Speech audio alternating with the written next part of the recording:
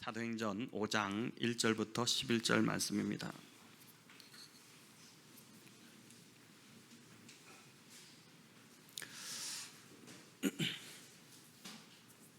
사도행전 5장 1절부터 11절 말씀, 1절을 제가 먼저 읽도록 하겠습니다. 아나니아라 하는 사람이 그의 아내 삽비라와 더불어 소유를 팔아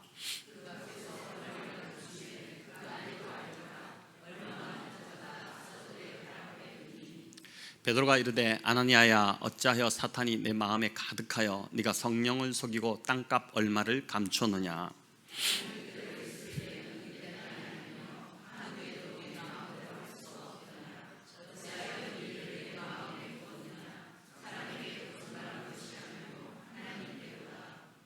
아나니아가 이 말을 듣고 엎드려져 혼이 떠나니 이 일을 듣는 사람이 다 크게 두려워하더라.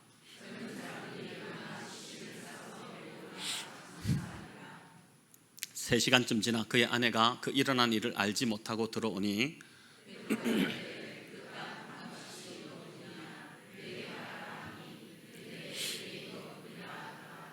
베드로가 이르되 너희가 어찌 함께 꾀하여 주의 영을 시험하려 하느냐. 보라, 네 남편을 장사하고 오는 사람들의 발이 문 앞에 이르렀으니 또 너를 메어 내가리라 하니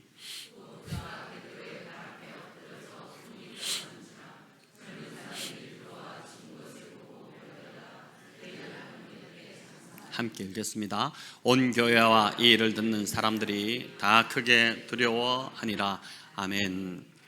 네, 무엇을 잘못했는가, 이 제목으로 오늘 아나니아와 삽비라 이야기를 살펴보겠습니다. 오늘 읽은 이 본문은 초대 예루살렘 교회에서 일어났던 아주 어두운 이야기입니다. 초대 예루살렘 교회는 오순절 성령이 오심으로 시작된 이 땅에서, 이 지상에서의 첫 교회였습니다. 오늘날 많은 교회들이 이제 모델 삼으려는 교회이고, 또 우리가 꿈꾸는 교회, 우리가 닮고자 하는 교회가 바로 이제 초대 교회지 않습니까? 하지만 그 초대 교회도 보니까 완벽하지 않았습니다. 지상에서 완벽한 교회를 찾으신다면은 포기하셔야 됩니다. 그런 교회는 없습니다. 신약에 나오는 교회들이 참 많은데, 이 신약에 나오는 교회에 보낸 바울의 서신서는 하나같이 교회 안에 발생했던 그 문제들을 해결하기 위해서 쓴 편지들입니다. 에베소 교회, 갈라디아 교회, 빌립보 교회, 여러분, 이런 교회들이 얼마나 대단한 이름을 가진 교회들입니까? 하지만 그 모든 교회들의 공통점은 하나같이 다 문제가 있었다는 것입니다. 1세기뿐만 아니라 기독교 역사에서도 보면 문제가 없는 교회는 하나도 없었습니다. 그래서 스펄전 목사님에게 교회를 소개시켜 달라고 했던 어떤 한 사람의 예화는 유명한 이야기입니다. 어느 날 스펄전 목사님에게 다른 교회 교인이, 그 교회는 당연히 교회를 소개시켜 달라고 목사한테 이야기 안 하겠죠. 다른 교회 교인이 찾아와서 좋은 교회를 하나 소개시켜 주면 좋겠다고 부탁을 한 것입니다. 우리 교회는 늘 다툼이 있고 갈등이 심해가지고 교회를 다니기가 너무 힘듭니다. 그러니 좋은 교회를 소개시켜주면 그 교회를 다니고 싶으니 소개를 해달라고 한 것이죠. 그러자 스펄전 목사님이 그 이야기를 듣다가 좋은 교회가 하나 있습니다. 하나 있기는 한데 당신에게는 소개하지 않겠습니다. 이렇게 한 것입니다. 그 성도가 당황해하면서 왜 그러냐라고 했더니, 당신이 그 교회 나가면 그 교회가 또 문제가 생길 것이기 때문에, 그 교회 나가면 당신이 그 교회를 물을 흐려놓을 것이기 때문에 내가 소개해 줄 수 없다, 이렇게 했다는 것이죠. 여러분, 어느 교회도 문제가 없는 교회는 없습니다. 진짜 문제는 바로 내 안에 있습니다. 내가 문제인 것이죠. 내가 어떤 관점으로 교회를 바라보느냐가 중요합니다. 내가 성령 충만하면 교회에 문제가 있어도 잘 보이지 않습니다. 내가 은혜가 충만하면 감사하다는 말이 넘치게 됩니다. 하지만 내가 성령 충만이 아닌 그 반대로 자아가 충만하게 되면, 또 불평과 불만이 가득하면 어느 교회를 가든지 그 교회 문제점만 보이기 시작합니다. 늘 불만스럽고 불평할 거리밖에 눈에 띄지 않는 것입니다. 그래서 교회의 문제가, 지금 우리 교회를 다니시는데 교회의 문제가 서서히 자꾸 보이기 시작한다. 그러면은 교회를 탓할 것이 아니라 어떻게 보면은 병들어가기 시작하는 나의 이 영적 시각, 나의 영적인 눈을 여러분 먼저 점검하셔야 합니다. 내 안에 은혜가 메마른 것은 아닌지, 내가 지금 성령 충만하지 않은지를 먼저 돌아볼 필요가 있다는 것입니다. 여러분, 초대 예루살렘 교회가 얼마나 대단한 교회였습니까? 그런데 그 교회에서도 문제가 발생했습니다. 그것도 부부 사기단에 의해서 성령을 속이는 일이 벌어진 것입니다. 참 놀라운 것은 보니까 인류의 첫 원죄도 아담과 하와라는 부부에 의해서, 부부가 모의하여 일어났다는 것이고, 이 초대교회 첫 교회인데 이 첫 교회의 첫 범죄도 아나니아와 삽비라라는 이 부부가 공모하여 첫 범죄를 저질렀다는 점입니다. 그래서 부부가 서로에게 어떤 영향을 어떻게 미치는가가 너무나 중요하다고 할 수 있습니다. 아나니아라는 이름의 뜻은 여호와는 자비로우시다, 이런 뜻이었습니다. 히브리어로 하나냐를 헬라어로 아나니아로 이렇게 표기를 한 것인데, 여호와는 자비로우시다. 여러분, 이 얼마나 멋진 이름입니까? 또 삽비라는 이 아람어로 아름답다라는 뜻을 가지고 있다고 합니다. 참 좋은 이름들이죠. 여호와는 자비로우시다, 또 아름답다. 이 부부가 이름값을 했어야 하는데 그렇지 못한 것입니다. 창세기 2장 18절에는 부부를 돕는 배필로 이렇게 표현을 하고 있습니다. 그런데 재미있는 것은 이 단어에는 돕기는 돕는데 어떻게 돕느냐, 반대하여 돕는다는 뜻이 있습니다. 부부가 서로 돕는데 반대하여 돕다, 이게 무슨 뜻일까? 아마 지금 말은 안 하시지만 많은 남편들이 그 말을 듣는 순간 이건 내 이야기고 내 아내 이야기라는 생각을 하시지 않을까 싶습니다. 늘 반대만 하는 아내 때문에 힘들어하는 남편들이 많습니다. 뭐 좀 하려고 하면 반대하니까 말하기 싫은 것입니다. 그런데 정직히 돌아보면 아내들이 그렇게 뜯어 말리지 않았다면 과연 지금까지 내 인생 이렇게 제대로 올 수 있었을까, 이제 이런 생각이 들지 않습니까? 그래서 이 돕는 배필이라는 단어에는 사람은 그릇 생각할 수 있는 존재라는 의미가 함께 담겨 있다는 것입니다. 사람은 늘 잘못된 행동을 할 수 있다는 말입니다. 그럴 때 이 사람을 진짜 돕는 것이 무엇이겠습니까? 반대하고 뜯어 말려야죠. 부부싸움을 하더라도 그러니까 남편이 잘못된 길로 가지 않도록 반대해야 하는 자가 바로 돕는 배필이라는 것입니다. 아나니아와 삽비라를 보면서 돕는 배필의 이 의미가 더 실감이 납니다. 아마 처음에는 남편이 먼저 제안을 했을 것입니다. 예루살렘 교회 성도들이 분위기가 보니까 다 자기 소유를 팔아서 교회에 사도들 앞에 드리고, 그것을 가지고 사도들이 또 어려운 자들을 돕고 하는 그런 일들이, 아주 좋은 아름다운 일들이 일어나자 우리도 땅을 팔아서 한번 교회에 헌납해보자, 이렇게 제안하지 않았겠습니까? 그런데 땅을 팔고 보니까 막상 아까운 것입니다. 그래서 일부만 바치고 나머지는 숨겨두자고 남편이 이야기했겠죠. 자, 이 말을 들었을 때 아내가 어떻게 했어야 할까요? 안 된다고, 다 바치지, 그렇게 하기로 했지 않느냐, 이렇게 이제 뜯어 말렸어야 합니다. 그런데 둘이 같은 마음이 되어 공모함으로 둘 다 죽임을 당했습니다. 여러분, 이게 얼마나 안타깝고 두려운 이야기입니까? 부부가 마음을 같이 먹으면 못할 게 뭐가 있겠습니까? 문제는 어떤 방향으로 우리가 마음을 같이 먹느냐 하는 것이죠. 아나니아와 삽비라가 왜 자기 땅을 팔아 교회에 헌납하려고 했을까요? 여러분, 그 이유가 앞부분에 그 4장 23절부터 32절부터 37절까지 나오는데, 먼저 32절부터 35절까지를 우리 같이 한번 읽어보도록 하겠습니다. 믿는 무리가 한 마음과 한 뜻이 되어 모든 물건을 서로 통용하고 자기 재물을 조금이라도 자기 것이라 하는 이가 하나도 없더라. 사도들이 큰 권능으로 주 예수의 부활을 증언하니 무리가 큰 은혜를 받아 그 중에 가난한 사람이 없으니 이는 밭과 집 있는 자는 팔아 그 판 것의 값을 가져다가 사도들의 발 앞에 두매 그들이 각 사람의 필요를 따라 나누어 줌이라. 아멘. 자, 이 말씀에 의하면 초대교회 공동체 안에 나눔과 비움의 헌신이 일어나기 시작한 것입니다. 그런데 그 이유가 보니까 큰 은혜를 받았기 때문이다라고 합니다. 여러분, 어떤 은혜일까요? 죽기까지 자기를 비우시고 낮아지신 그 예수님께서 부활하셔서 영광을 받으시고 높임을 받으시는 그 부활의 복음을 듣고 큰 은혜를 받게 된 것입니다. 그래서 자신들도 예수님처럼 이 예수님을 본받아서 자기를 비우고 타인의 삶을 채워주는 그 은혜의 삶이 교회 안에서 시작이 된 것이죠. 그런데 그 중에 특별히 바나바라는 인물이 있었습니다. 우리 36절과 37절인데 같이 읽어보겠습니다. 구브로에서 난 레위족 사람이 있으니 이름은 요셉이라. 사도들이 일컬어 바나바라, 번역하면 위로의 아들이라 하니 그가 밭이 있음에 팔아 그 값을 가지고 사도들의 발 앞에 두니라. 아멘. 자, 여기 보면 바나바는 구브로 출신입니다. 구브로는 키프로스라고 사이프러스라고 하는데 지중해에서 가장 큰 섬이죠. 그리고 그는 레이족이었다고 합니다. 레이지파 출신이라는 말입니다. 본 이름은 여기 보니까 요셉인데 사도들이 그를 바나바라는 다른 이름, 다른 별명을 지어 주었습니다. 번역하면 위로의 아들입니다. 요셉은 당시에 굉장히 흔한 이름이었다고 합니다. 그러다 보니까 구분하기 위해 제자들이 그를 바나바라는 다른 이름, 좋은 뜻의 이름으로 지어준 것입니다. 여러분, 이 바나바는 히브리어로 보면 선지자의 아들이라는 그런 뜻입니다. 그가 레이지파였기에 더 설득력이 있습니다. 선지자가 히브리어로 나비라는 단어입니다.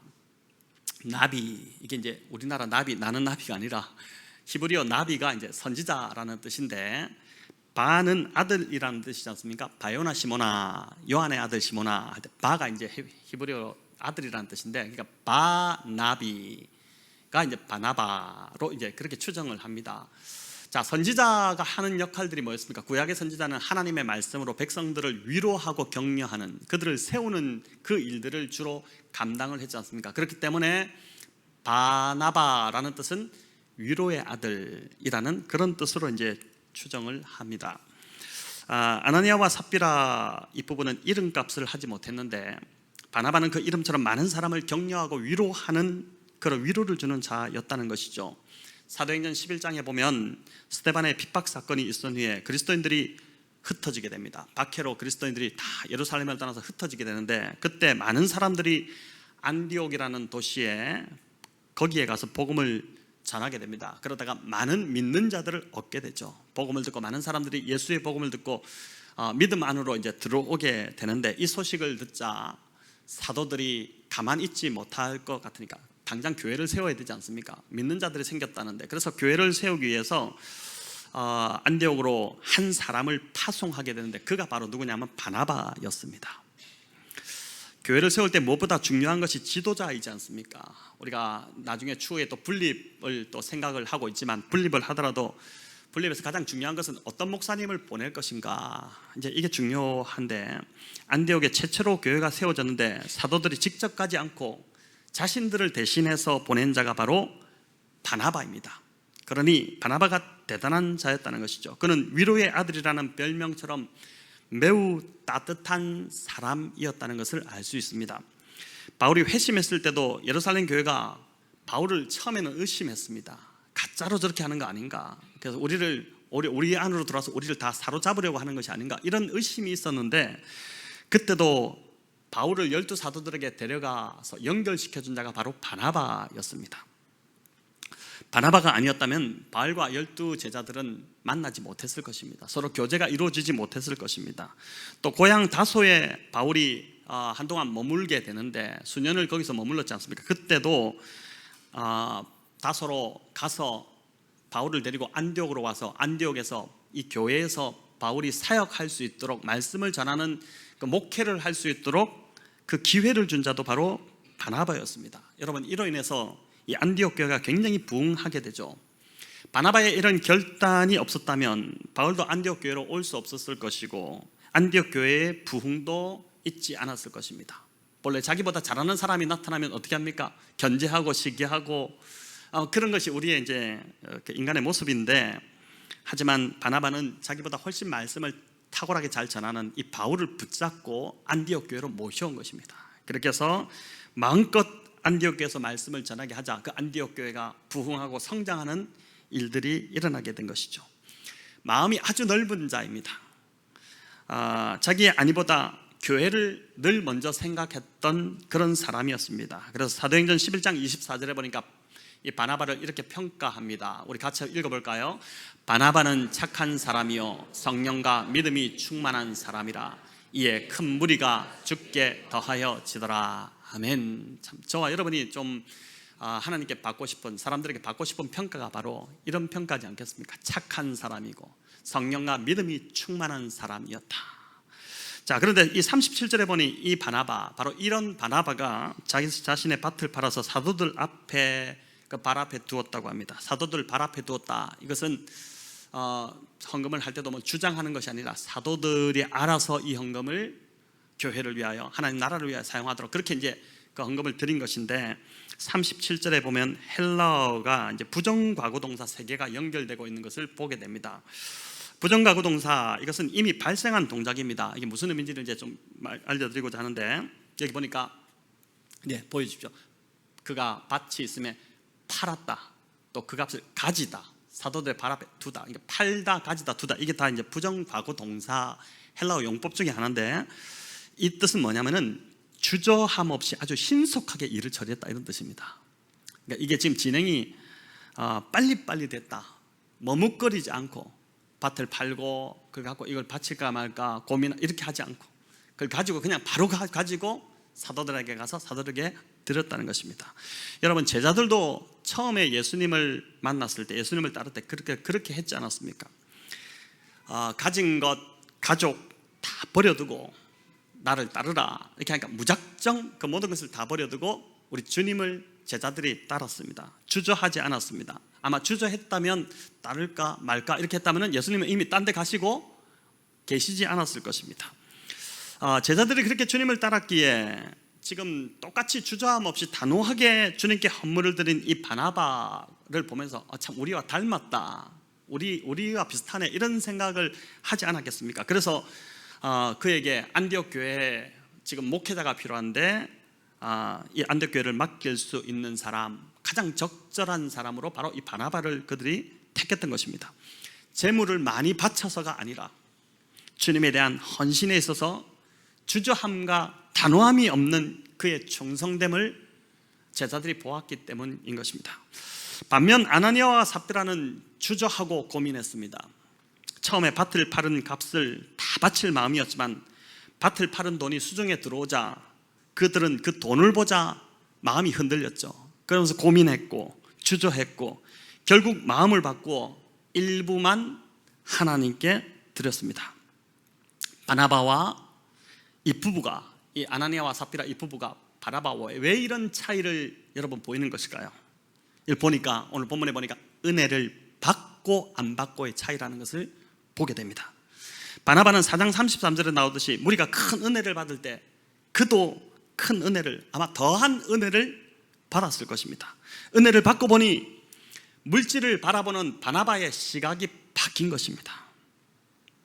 자기가 가진 소유는 여러분 어떻게 보면은 목숨과 같지 않습니까? 목숨처럼 중요하지 않습니까? 여러분 통장에 지금 들어있는 돈, 여러분이 가지고 있는 그 집, 뭐 이런 것들 얼마나 소중한 것입니까? 그래서 사람들이 보증을 잘못 써서 재산을 날리거나 또는 보이스피싱과 같은 그런 일로 인해서 억울하게 큰 돈을 잃게 되면 목숨을 끊는 일까지 생기지 않습니까? 왜 그럴까요? 사람에게 소유가 그만큼, 목숨만큼 중요한 것이기 때문에 그렇지 않겠습니까? 그런데 은혜를 받으면 어떤 일이 일어납니까? 내 목숨이 내 것이 아니라는 것을 깨닫게 되는 것이죠. 나의 옛 자아는 이미 십자가에서 못 박혀 죽었고 나는 예수님 때문에 새로운 생명을 얻은 존재라는 것을 깨닫게 되는 것입니다. 값을 치르고 내가 속량을 했다. 이 속량하다는 것이 값을 치루었다는 뜻이지 않습니까? 예수님이 나의 값을 치르셨다. 나는 자유케 되었다. 나는 새로운 생명을 얻었다. 이걸 깨닫게 되는 것이죠. 그래서 이제 나는 내 것이 아니라 나 자신을 살리기 위해 아들을 내어주신 하나님의 것이라는 믿음이 생기게 됩니다. 은혜를 받다 보면 그 믿음이 반드시 생기게 됩니다. 사람이 여러분 죽게 되었다면, 잘 살다가 건강했는데 갑자기 큰 병이 걸려서 내가 곧 죽을 거라는 사형 선고를 받으면, 여러분 시한부 인생이 된다면 가진 재산이 무슨 소용이 있습니까? 그런데 그리스도 예수 안에서 새 생명을 얻었으니까 내가 가진 것 다 주를 위해 쓰고 싶은 마음이 생기는 것입니다. 목숨처럼 아끼던 재산이었는데, 내 소유였는데, 그 소유보다 더 이제 주님을 향한 마음이 커지다 보니까 어떻게 됩니까? 소유를 주님이 원하시는 곳에 다 드리고 싶은 그 마음이 생기게 되는 것이죠. 초대교회 성도들 안에 자기 소유를 팔아 성도들의 서로의 필요를 채워주는 일이 일어났습니다. 여러분, 이 이야기를 들을 때마다 어떻게 저렇게 할 수 있을까? 어떻게 자기 재산을 팔아서 저렇게 할 수 있을까? 이거는 전설 속의 이야기, 초대교회만 해당되는 이야기, 우리하고는 상관없는 그런 이야기로 늘 생각을 하셨을 텐데, 그 이유가 바로 이들이 그런 큰 은혜를 받았기 때문에 이 일이 가능했다는 것을 보여주는 것입니다. 자, 그렇다고 해서 그러면 은혜를 받으면 안 되겠구나, 큰 은혜를 받으면 이런 일이 일어나겠구나, 이렇게 생각하시면 안 되는 거죠. 여러분, 반면 아나니아와 삽비라는 이런 은혜를 경험하지 못한 것입니다. 그들이 교회를 다니지 않은 것은 아닐 것입니다. 하지만 은혜를 받지 못한 것은 분명합니다. 여러분, 그 증거가 몇 가지들이 있는데, 첫째, 이 부분은 하나님 평판보다 사람의 평판이 중요했습니다. 하나님 평판보다 사람의 평판이 중요했다는 것입니다. 오늘 본문을 자세히 보아도 이 부부에게 헌금을 강요했다는 그런 흔적이 전혀 없습니다. 어느 누구도 밭을 팔아서 교회에 바치라고 하지 않았습니다. 사도들도 그런 그런 요구를 하지 않았습니다. 그런데 이들이 스스로, 이 부부가 스스로 소유를 파는 것입니다. 왜 팔았을까요? 바나바를 보니까 바나바처럼 자기들도 성도들로부터 존경을 받고 싶었던 것입니다. 대단히 믿음이 좋은 하나님의 사람들이라는 그 평판을 사고 싶었던 것입니다. 그래서 바나바 따라하기를 한 것입니다. 바나바 어떻게 저렇게 할 수 있지? 바나바를 가발해보니까 밭을 팔아서 사도들 앞에 발 앞에 가져다 두니 온 교회가 그를 존경하고 칭찬하는 것을 보니까 우리도 저렇게 하면 존경받을 수 있겠다 싶어서 따라했던 것입니다. 그런데 실은 바나바 따라하기를 한 것도 아닙니다. 바나바를 따라하려고 했다면 그의 신앙과 인격을 닮으려고 했어야 하는데 큰 관심이 없고 오로지 바나바가 받았던 칭찬과 존경심만 차지하려고 했던 것입니다. 여러분, 이 부부의 문제는 사람을 보고 했지 하나님을 보고 했지 않았다는 것입니다. 하나님에 대한 믿음이 없다 보니, 하나님에 대한 인식이 없다 보니 사람만 보인 것이고, 하나님을 보지 못하니까 사람밖에 보이는 게 더 있겠습니까? 그러다 보니까 사람의 평판이 중요했던 것입니다. 보이지 않으시는 하나님, 그 하나님을 보는 눈이 없다 보니까 하나님의 평판은 아무 안중에도 없고 오로지 보이는 사람의 평판, 사람의 어떤 말, 그런 것만이 중요했던 것입니다. 이게 신앙이, 이 부부의 신앙이 어떻다는 것입니까? 내용은 하나도 없고 껍데기만 갖고 있는 불쌍한 신앙이지 않습니까?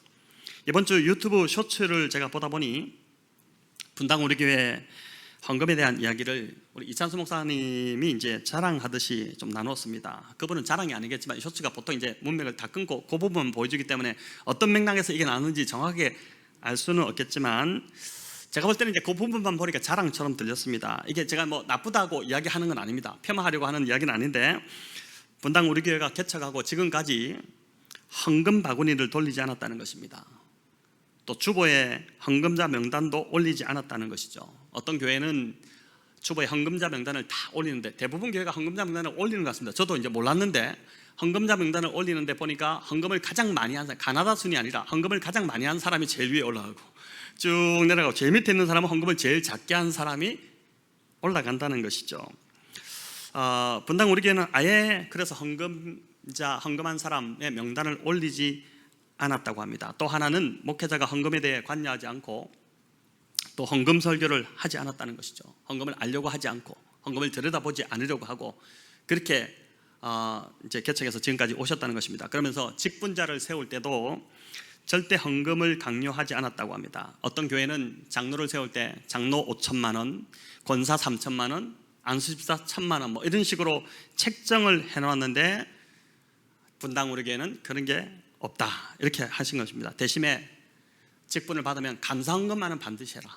감사헌금을 하되 이름을 밝히지 말고 그냥 헌금을 하시라. 왜냐하면 직분을 받았는데 어떻게 하나님 앞에 감사하지 않고 넘어갈 수 있느냐. 그래서 이제 그거는 말씀했다는 것이죠. 제가 가만히 이 설교를 들으면서 뭘 당연한 것을 이렇게 힘을 주어 이야기하시나 이런 생각을 하게 되었습니다. 저희 교회는 이미 다 하고 있는 것들이라 제가 그걸 들을 때 그렇게 새삼스럽지는 않았습니다. 그러면서 성도님들께 저희 교회 이야기를 하나 들려드려야겠다, 이제 그 생각이 어제 설교를 준비하다가 이제 들었는데, 여러분, 저희 교회가 처음 개척을 시작할 때 한 은퇴 장로님이 저에게 전화를 주셨습니다. 서울 영동교회 은퇴 장로님이셨죠. 이 장로님은 공직에서 평생을 일하시다가 은퇴하셨는데, 그 전화를 주셨을 때가 이제 한국에서의 삶을 좀 정리하고 이민을 가시기 위해 준비할 때 막 이민을 떠나기 직전이었습니다. 100곳에 교회가 개척된다는 이야기를 듣고 기도하는데 하나님께서 마음을 주시더라는 것입니다. 이 장로님께서 서울 영동교회를 개척할 때는 이제 헌금을 하고 싶어도 돈이 없어서, 그때는 참 이게 그렇게 여유가 없었기 때문에 돈이 없어서 하지 못하셨답니다. 그 일이 평생 하나님께 많이 죄스러웠다고 하는 것이죠. 그래서 100곳에 이제 서울 영동교회에서 교회를 개척한다고 하니까 그 말을 듣고 그때 못했던 것, 하나님께 받은 은혜가 너무 큰데 그 은혜를 좀 빚을 갚고자 하는 마음으로 헌금을 보내시겠다고 연락을 주셨습니다. 전화를 저한테 이제 정중히 전화를 주셨는데 금액이 무려 1억 원이었습니다. 제가 이걸 좀 이제는 밝혀도 될 것 같은데, 제가 알기로는 이 장로님이 무슨 100억이 있어서 그 중에 1억을 하신 것이 아니었습니다. 정말 받은 은혜가 너무 크기 때문에 그 은혜를 하나님께 꼭 갚고 싶어서 그렇게 드린 그 헌금이었습니다. 제가 이후에 교회를 좀 오셔서 성도님들도 좀 보시고 인사도 하시고 그렇게 하시죠 했는데 극구 사양을 하셨습니다. 그리고 나서 이제 저희가 1주년을 맞을 때 축하 동영상을 좀 전화드려서 받고자 했는데 그것조차도 사양하신 것입니다. 그러시면서 하시는 말씀이, 목사님, 정말 저는 받은 은혜가 컸습니다. 그래서 그 은혜를 정말 하나님께 갚아드리고 싶어서 헌금을 한 것이니까 절대 제가 저의 이름이 드러나면 안 되고 오직 하나님만이 영광 받으셔야 됩니다. 그러면서 목사님, 앞으로 저한테 연락 안 하셔도 됩니다. 저는 그냥 드렸을 뿐이고 하나님께 드렸을 뿐이고 신경 안 쓰셔도 된다, 그렇게 이야기하셨습니다. 그 이후로 진짜 제가 생각해 보니까 어제 설교를 준비하다 보니까 진짜 한 번도 연락을 드리지 않은 거예요. 한번 전화 드려야겠다, 어떻게 사시고 계신가 한번 연락 드려봐야겠다, 이런 생각이 들었습니다. 성도 여러분, 제가 이 말씀을 드리는 이유가 무엇일까요? 저희 교회가 바로 이렇게 자랑스럽고 건강한 토대 위에 세워졌다는 것을 여러분께 알려드리고자 이 말씀을 드리는 것입니다. 무엇이든지 여러분, 기초가 중요하지 않습니까? 기초 토대를 잘 쌓아야 됩니다. 토대가 부실하면 집도 건축도 요즘 이상하게 무너지는 이런 이상한 일들이 왜 벌어집니까? 기초를 잘못 쌓았기 때문에 그렇죠. 근데 기초를 잘못 쌓으면 아무리 그 위에 대단한 걸 쌓아도 금방 무너져 버립니다. 큰 희생을 통한 바른 기초 위에 쌓아진 이 교회의 좋은 전통을 계속해서 저와 여러분 잘 지켜나가야 하지 않겠습니까? 우리 세대뿐만 아니라 우리 다음 세대들도 사람의 평판이 아닌 하나님의 평판이 중요한 성도들이 되도록 해야 할 것입니다. 사람 보고 헌금하는 것이 아니라 하나님께 받은 은혜가 너무 커서 우리가 감사함으로 드려야 하는 것, 그게 진정한 헌금의 의미지 않겠습니까? 여러분, 이 부부의 두 번째 문제는 바로 성령을 속인 것입니다. 2절에 감추다는 단어가 나오는데 2절을 우리 같이 한번 읽어볼까요? 그 값에서 얼마를 사도들의 발 앞에 두니. 자, 여러분, 이 성경을 우리 지금 개정 성경인데 히브리어 그 성경을 이제 헬라어로 바꾼 성경이 있습니다. 유명한 그 70인역이라는 성경, 여러분 들어보셨을 텐데, 이제 모든 히브리어 성경을 다 히브리어로 된 성경을 헬라어로 바꿔서 번역한 성경이 이제 70인역인데, 이 70인역 성경에 보면은 그 성경의 여호수아 7장 1절에 보면은 이 감추다는 단어와 똑같은 단어가 나옵니다. 이 단어를 다시 한번 잠깐 띄워주실래요? 잠시만 띄워주시면, 여기 감추다는 단어와 똑같은 단어가 여호수아 7장 1절에 나옵니다. 아간이 여리고성에서 얻은 그 전리품의 일부를 내놓지 않고 숨긴 것을 묘사할 때 감추었다, 이렇게 이 단어를 사용했습니다. 여러분, 근데 이 뜻이 헬라어 70인역에 나오는 이 뜻이 뭐냐면은 그냥 감추는 것이 아니라 다른 사람의 재물을 절취하는 것입니다. 훔친 것입니다. 숨긴 게 아니라 훔친 것입니다. 그래서 3절에서 베드로는 아나니아가 성령을 속인 것이라 이렇게 책망을 합니다. 처음부터 일부를 가져왔다고 하면 여러분 문제될 거 아무것도 없었습니다. 누가 뭐라 하겠습니까? 재산을 팔았고 밭을 팔았고 그 중에 일부를 하나님께 가지고 왔습니다. 이러면 그것만 해도 칭찬받을 일이죠. 믿음의 분량대로 헌금을 드리면 누가 뭐라 합니까? 그런데 일부를 드리면서도 전부를 드린 것처럼 가장한 것입니다. 전부를 드린 것처럼, 전부를 드리면서 그 대단한 존경심과 칭찬을 도둑질한 것입니다. 안타깝게도 아나니아는 또 이 삽비라는 베드로만 속이면 아무 문제가 없을 걸로 생각한 것 같아요. 베드로만 속이면 아무도 모른다고 생각했던 것 같습니다. 어떻게 교회에 우리 성령님이 계시는데 그 성령을 의식하지 못하고 성령님을 속일 생각을 이들이 했을까요? 그래서 4절에서 베드로는 아나니아가 벌인 이 부부가 벌인 이 일을 사람에게 거짓말한 것이 아니요 하나님께로다 이렇게 고백을 했습니다. 하나님께로 한 것이다. 이 결론을 이렇게 지은 것입니다. 자, 여러분 이렇게 보면 제가 보니까 아나니아와 삽비라는 은혜를 못 받은 정도, 그냥 은혜를 조금 덜 받았다 이 정도가 아니라 아예 하나님도 성령도 모르는 자였다는 결론을 내릴 수 있게 됩니다. 하나님이 살아계신 걸 믿었다면 어떻게 이렇게 성령을 속이고 하나님께 거짓말까지 할 수 있었겠습니까? 신앙이 없었다는 증거입니다. 저는 저희 우리 성도님들 중에는 이런 자가 없기를 간절히 소망합니다. 아나니아는 그래서 제2의 아간이 되었습니다. 신약에 구약에 아간이 있었다면 신약의 아간이 바로 이 아나니아 삽비라가 된 것입니다. 아간을 하나님이 왜 죽이셨습니까? 아간이 훔친 게 큰 게 아니었습니다. 여러분, 고작 신할의 외투 한 벌과 은과 금덩이 몇 개였습니다. 여러분 오늘로 따지면 명품 무슨, 여러분 우리가 이제 보는 그 명품 무슨 외투 한 벌하고 그냥 은금 정도를 훔친 게 전부였습니다. 그럼에도 그를 죽이신 이유가 있습니다. 이게 너무 좀 심하다는 생각이 안 듭니까? 그것 때문에 어떻게 사람을 저렇게 죽일 수 있나 싶은데, 죽인 이유는 가나안 땅에서 이스라엘이 새 시대를 열게 되는 그 시점에서 죄로 인해 이 공동체, 이스라엘 공동체가 오염되지 않기를 바랐기 때문입니다. 작은 그 누룩을 허용하면 그것이 밀가루 전체를 퍼져서 망쳐버리듯이 마치 가나안의 새 시대가 지금 열리는데 그 새 시대를 아간의 범죄를 허용함으로 출발부터 이 공동체가 오염되지 않게 하기 위한 하나님의 특단의 조치였다고 할 수 있는 것입니다. 자, 이런 측면에서 여러분 아나니아와 삽비라도 마찬가지입니다. 재산을 조금 숨겼다고 뭐가 큰 죄가 되겠습니까? 여러분 이게 죄가 된다면 저와 여러분 벌써 다 죽어 나가서 사람이 여러 명 있지 않겠습니까? 우리도 이런 것들을, 이런 경험들이 오늘 이 설교를 들으면서 나도 그랬었는데 이런 생각들이 아마 다들 있으실 텐데 그렇지 않겠습니까? 하지만 이제 막 태동되는 이 땅의 초대교회가 이런 죄의 누룩으로 초대 예루살렘 교회 공동체 전체가 오염되는 것을 하나님께서 철저하게 막아버리신 것입니다. 성도 여러분, 목사의 눈치나 성도 서로의 눈치를 보지 마시고 하나님 앞에서 행하시기를 바랍니다. 초대교회에 성령님이 계셨던 것처럼 저희 교회 공동체에도 동일하게 지금 이 자리에 성령님이 거하십니다. 두세 사람이 모인 것에 내가, 내 이름으로 모인 것에 내가 너희와 함께 하겠다고 우리 주님이 분명히 말씀하셨지 않습니까? 여러분, 사람의 눈은 속일 수 있습니다. 저의 눈도 여러분 속일 수 있겠죠.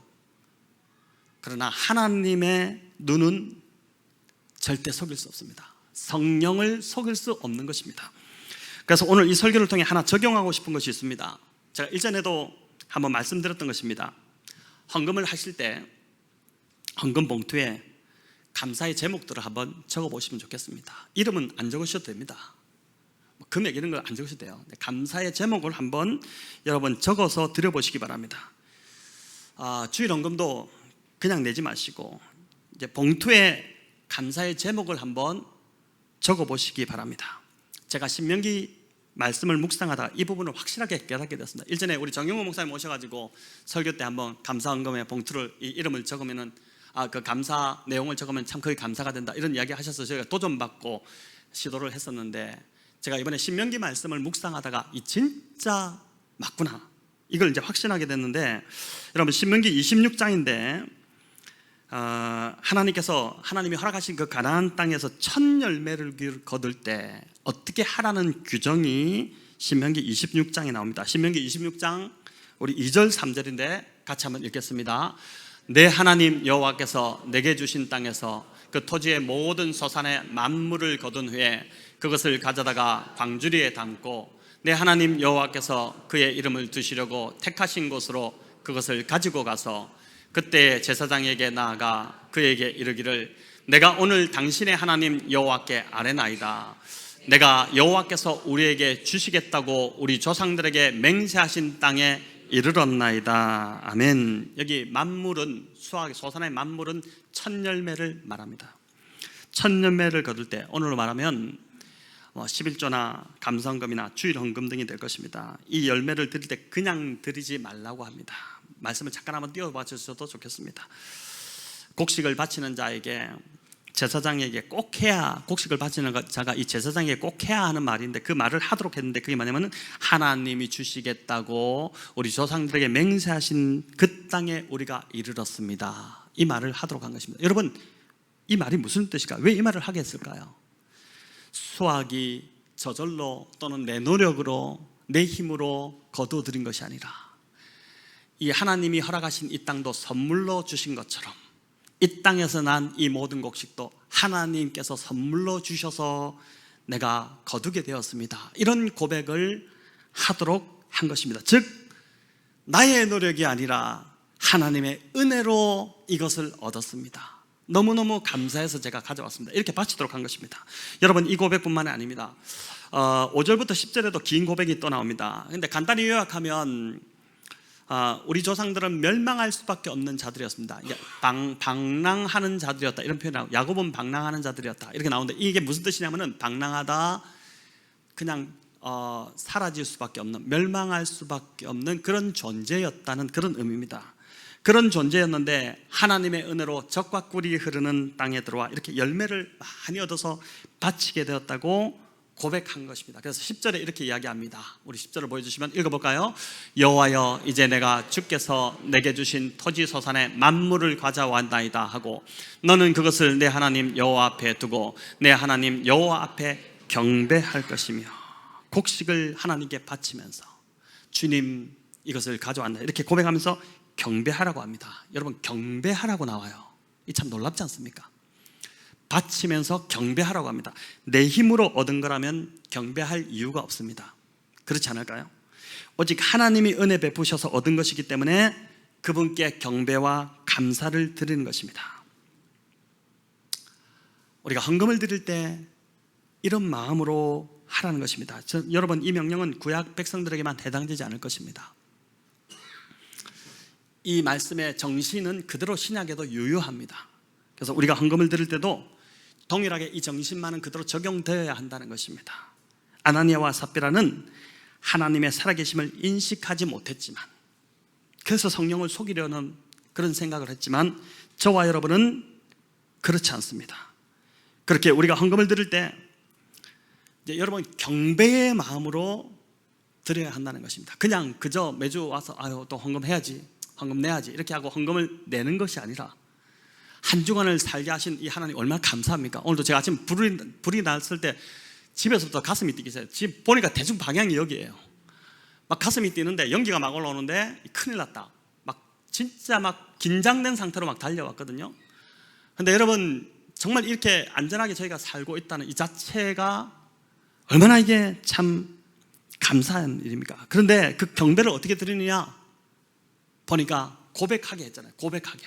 이런 고백, 감사의 고백으로 헌금을 드리게 했잖아요. 그래서 여러분 그 고백을 헌금 봉투에 감사의 제목을 정성껏 적어본다면 그 자체가 바로 하나님께 드리는 경배가 되지 않겠습니까? 지난주에 헌금 봉투가 떨어져서 헌금 봉투가 부족합니다 이런 이야기를 하던데, 그래서 헌금 봉투를 이번 주에 다시 제작해서 잔뜩 갖다 놨습니다. 봉투 모자라서 못 적었다는 그 핑계는 대지 마시기 바랍니다. 봉투는 넉넉히 많습니다. 집에도 좀 가져가셔서 갖다 놓고 교회 와서 적으려면 힘드시니까 미리 좀 한번 한 주의 감사를 적어서, 그게 꼭 감사 헌금이 아니라 주일 헌금에도 무슨 헌금을 드리든지 간에 그렇게 감사를 적어서 한번 여러분 하나님 앞에 경배하는 마음으로 드리고 보시기 바랍니다. 금액 중요하지 않습니다. 여러분, 우리 하나님 돈이 없으신 분이 아니잖아요. 그 금액을 지금 말하는 것이 아니라 우리의 마음의 어떤 마음으로 우리가 지금 이 헌물을 하나님께 드려야 되는지를 지금 말씀드리는 것입니다. 여러분, 분명한 건 감사는 또 다른 감사를 낳는다는 것입니다. 내가 적은 감사의 제목을 다른 성도가 듣고 또 다른 성도가 적은 그 감사를, 저희가 이제 감사 제목을 여기서 제가 다 읽지 않습니까? 헌금할 때 다 제목을 읽지 않습니까? 그렇게 할 때 여러분 그걸 듣는다면, 제가 보니까 저는 그렇더라고요. 제 설교 한 편보다도 그 우리 성도님들이 적은 그 감사의 제목 하나가 더 감동스러워요. 얼마나 감동스러운지 어떨 때는 그걸 읽다가 제가 눈물 이게 울컥하기도 하고 그렇습니다. 근데 그런 감사들이 여기서 이렇게 하나님 앞에 드려질 때 여러분, 우리의 예배는 진정한 감사가, 경배가 넘치는 예배가 되기 시작할 것입니다. 오늘 설교 제목이 무엇을 잘못했는가인데, 아나니아와 삽비라 이 부부가 진짜 하나님 앞에 잘못했죠. 첫 번째는 하나님의 평판보다 사람의 평판을 더 중요하게 여겼던 것이고, 또 성령을 속이고, 성령이 엄연히 교회 안에 계시는데 그거를 이해하지 못하고, 그걸 알지 못하고 성령을 속이고 거짓말까지, 하나님께 거짓말까지 했습니다. 저와 여러분, 하나님을 사랑하는 자들임을 믿습니다. 그렇다면 여러분, 하나님만 바라보시고 사람들을 보지 마시기 바랍니다. 예배를 드릴 때도 그렇고, 또 우리가 이 헌금을 드릴 때도 여러분, 하나님이 보이지 않으면 사람만 보입니다. 하나님이 보이면, 내 삶에서 내가 한 주간을 살아가면서 하나님이 점점 더 밝히 보이기 시작하면 사람들은 보이지 않습니다. 두려움은 떠나갑니다. 하나님만 바라보시고, 그리고 무엇보다 하나님이 저와 여러분에게 베푸신 은혜와 복이 있지 않습니까? 이 복을 가지고 더 많은 자들을, 이 초대교회처럼 더 많은 자들을 우리에게 주신 그 복으로 섬기시는 저와 여러분 다 되시기를 바랍니다. 여러분, 이렇게 살기로 다짐하는 저와 여러분에게 하나님께서 계속해서 더 많은 은혜와 복을 베풀어 주시기를 우리 주님의 이름으로 축원합니다.